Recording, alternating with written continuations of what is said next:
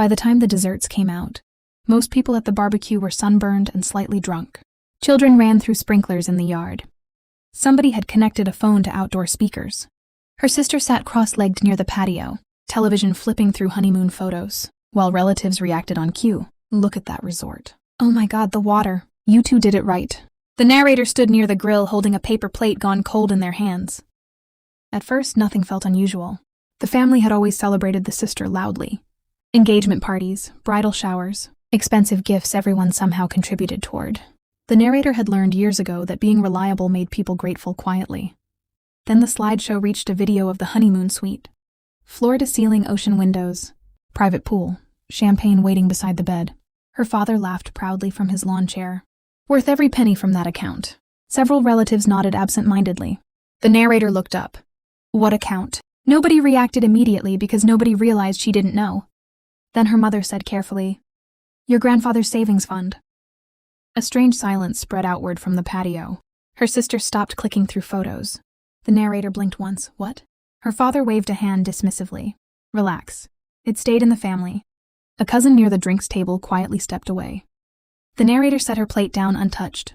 Years earlier, after her grandfather died, a savings account had been established in her name. College originally, later maybe a condo down payment. Emergency stability, something future-oriented. Her parents managed it temporarily because she was young when it happened. Over time, discussion about the account faded. Every time she asked, the answer was vague. Still tied up, still being managed, still there, and now apparently spent on beachfront cocktails and helicopter tours. She looked at the television screen again. Her sister laughing on a yacht in oversized sunglasses. You used my savings. Her father actually seemed irritated by the question. We used family money for family.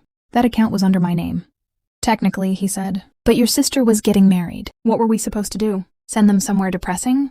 A few relatives stared hard into their drinks. Nobody defended him. Nobody defended her either. The narrator noticed her sister avoiding eye contact. Not ashamed exactly, uncomfortable, like someone caught benefiting from something they preferred not to examine closely. She asked one more question carefully. Are you paying it back? Her father laughed once under his breath. You're really going to nickel and dime your own family at a barbecue? That was the moment something inside her cooled permanently. Not shattered, not exploded, cooled. I'm going home, she said quietly. Her mother followed her halfway to the driveway saying things like, this isn't the time. And you know how your father talks. But even then, nobody said the money wasn't hers. Over the next 2 weeks, she tried handling it privately. That mattered to her now when she looked back on it. She sent emails instead of threats, asked for records, suggested repayment plans spread across several years. Her father ignored most messages completely.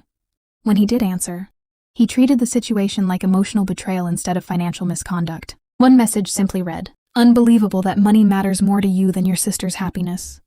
The sister herself called once, crying softly.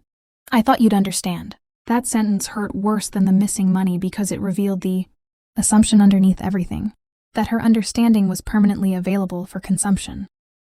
Eventually, after another ignored request, she contacted an attorney not dramatically. One consultation in a quiet office downtown. She brought bank statements, inheritance documents, old emails. The lawyer read silently for almost 20 minutes before asking, Did you authorize any of these withdrawals?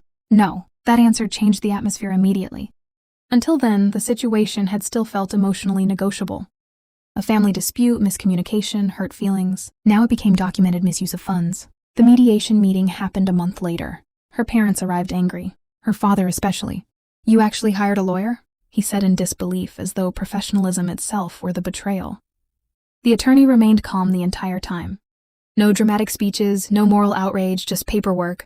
The account beneficiary was solely your child, the attorney explained.